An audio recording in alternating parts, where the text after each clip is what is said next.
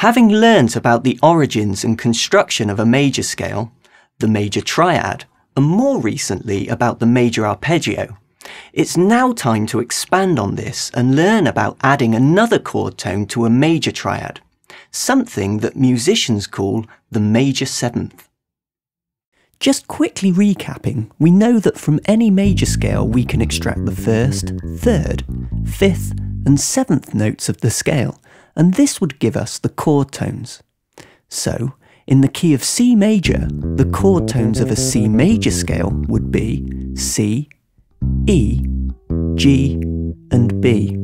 We also know that the first three of these chord tones, the C, E and G, create a major triad, and in this instance you now know this to be a C major triad.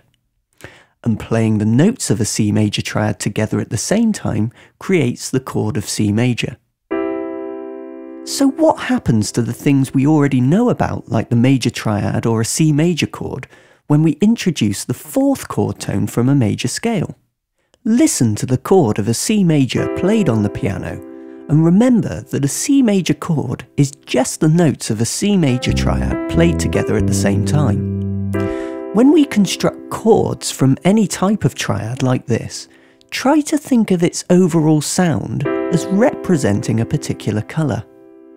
Okay, to better understand what happens to chords when we add more chord tones to a triad, let's pretend that the sound of a C major chord is now represented by this amount of fruit cordial in a glass.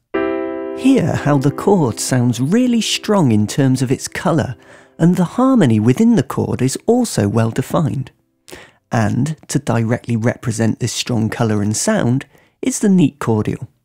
See, similar to the chord, we've got a really concentrated colour in the glass with a distinct flavour. Now let's add the fourth chord tone to the chord, which is the seventh note from our C major scale. By adding an extra note, the note of B in this case, we've created what we call in music an extended chord. Just take a moment to listen to our new extended chord. Hear how this time the chord still sounds distinctly major due to the major triad being present here, but adding the B has had the effect of making the harmony a little more complex, as hopefully you can see that now we have a four-note chord. Think about this in terms of our glass of cordial, and adding the B to the chord is just like adding some water to the glass. As you can see, adding water has diluted the colour and overall strength of the drink, but importantly, it still has exactly the same flavour. Of course, we could add more and more extensions to our major chord, and this would have the overall effect of diluting the harmony even further, each time making the chord more complex, but also reducing the really strong sound of the major triad.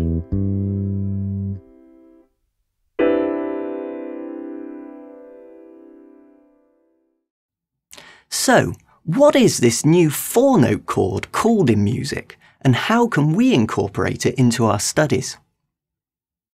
From playing all the chord tones together from the C major scale, or any major scale for that matter, we've actually created a type of chord called a major seventh.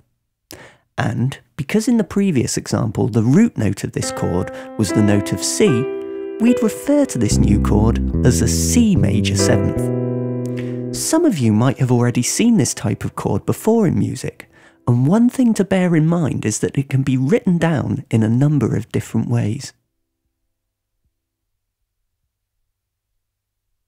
Please remember that the first, third, fifth and seventh notes of any major scale will always create a major seventh chord when played together at the same time. And the way we name each chord is easy. Just name every major seventh using the root note each time. For example, the chord tones of an A major scale are the first, an A, third, C sharp, fifth, E, and seventh, a G sharp. So, remembering our root note, playing all these chord tones together would create the chord of an A major seventh. A really nice exercise on the bass is to use an arpeggio to spell out the sound and colour of a major seventh, one note at a time. Okay, let's go back to the key of C major just to make things a little more familiar to us. The start of this exercise is really easy. Just play up through a C major triad like this: root, third and fifth. All we need to do to play a C major seventh arpeggio is go up to the seventh note of the C major scale, which is a B here like this. And that's all there is to it.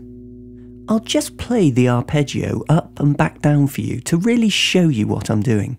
So going up and back down. Right, let's put this together now and run a little exercise with the metronome. Play with me as I go up and down a C major seventh arpeggio 4 times, and doing this should really help you get the shape of the arpeggio under your fingers. Okay, after 4, 1, 2, 3, 4.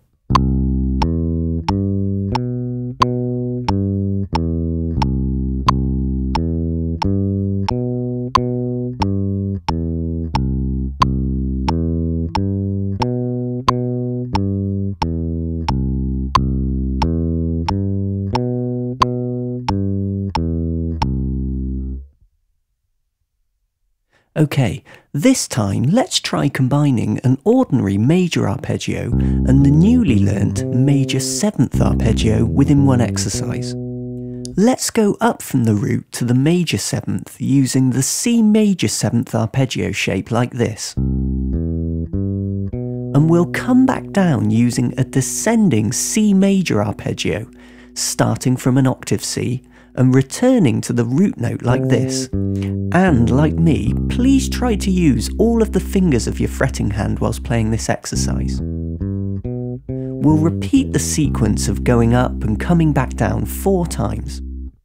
Okay, ready? 1, 2, 3, 4.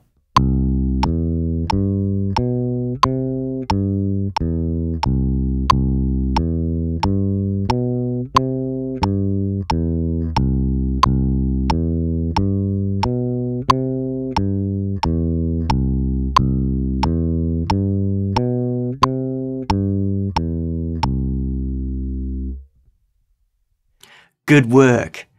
I hope you can see that you're really beginning to understand and take on board all of the new musical terms and ideas that I've shared with you so far. Remember that those exercises were in the key of C major, and it's important that you get comfortable with major sevenths in all the other keys by practicing. To get you started with this, I've put a groove at the end of this session using a D major seventh chord. Try experimenting musically using either the notes from a D major scale or perhaps a D major seventh arpeggio shape to create bass lines and ideas.